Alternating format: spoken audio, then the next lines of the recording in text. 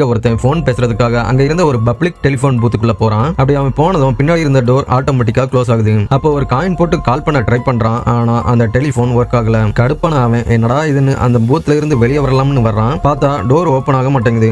பலமா இழுத்து பார்க்கறான். அப்பவும் ஓபன் ஆகல. யாரோ விளையாட்டா க்ளோஸ் பண்ணிருப்பாங்கன்னு நினைக்கிறான். அந்த டைம்ல சூரியன் வெயில் வேற சுட்டரிக்குது. உள்ள ஹீட்டும் அதிகமாகுது. அப்போ அந்த வழியா ஆபீஸ் போறதுக்காக 2 பேரும் வர்றாங்க. அவனோட குரல் வெளியே கேட்காததால சைகைகள் மூலமா ஹெல்ப் கேட்கறான். அவங்களும் அதை புரிஞ்சுக்கிட்டு அந்த டோரை ஓபன் பண்ணி பாக்குறாங்க. ஆனா அப்பவும் ஓபன் ஆகல. கொஞ்ச நேரத்துல அங்க நிறைய பேர் வேடிக்கை பாக்குறதுக்காக கூட ஆரம்பிக்கிறாங்க. ஹெல்ப் பண்ண வந்தவங்களும் ஆபீஸுக்கு டைம் ஆனதால அவனுக்கு பாய் சொல்லிட்டு போயிடுறாங்க. அவனும் வேற வழி இல்லாம அவங்களுக்கு பாய் சொல்லி அனுப்பி வைக்கிறான். அப்போ பவுன்சர் மாதிரி இருந்த ஒருத்தன் அங்க வந்து இந்த டோரை நான் என் சொந்த விரலாலேயே திறந்துருவேன்னு சொல்லி அதை ஓபன் பண்ண ட்ரை பண்றான். ஆனா அவனோட ஃபுல் ஸ்ட்ரென்த்தையும் கொடுத்து இழுக்கும் போது கூட அந்த டோர் இன்னும் ஓபன் ஆகல. என்னடா இது மதற்காரனுக்கு வந்த சோதனைன்னு அவன் ஃபுல் ஸ்ட்ரென்த்தையும் கொடுத்து இழுக்கும் போது அந்த கைப்பை அப்படியே அவனோட கையோட வந்துருது. அதை பார்த்து பப்ளிக் எல்லாரும் சிரிக்கிறாங்க. உள்ள மாட்டிட்டு இருந்தவனும் சிரிச்சு சமாளிக்கிறான். இருந்தாலும் அந்த பைல்வான் அதை விடுறதா இல்ல.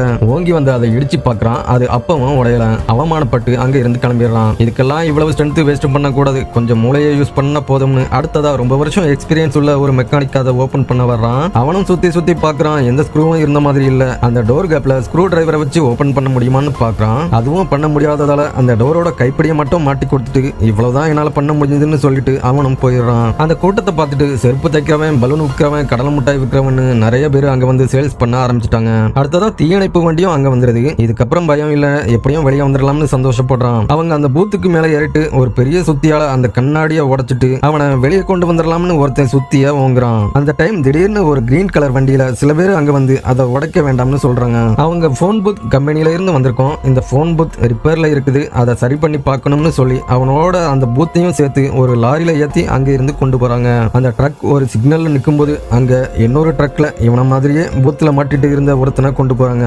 அப்போதான் அவனுக்கு இது தற்செயலா நடக்கல, யாரோ பிளான் பண்ணி தான் இதுக்குள்ள நம்மள சிக்க வச்சிருக்காங்கன்னு புரியுது.